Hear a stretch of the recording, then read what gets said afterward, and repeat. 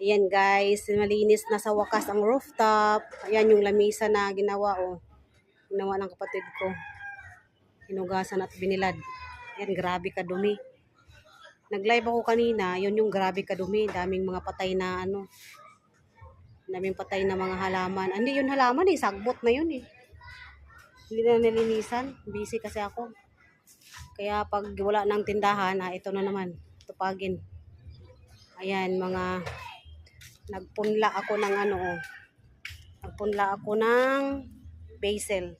Kasi patay na to oh. Papunta to sa patay. Yan, mga oregano, mga aloe vera. Gamit din to eh. Kamunggay, tuba-tuba. Mga gamot yan, herbal. Ayan, alagbati, kangkong. Ayan, tanglad. Kasi wala na talaga. Hindi siya pakinabangan. Bago uwi itong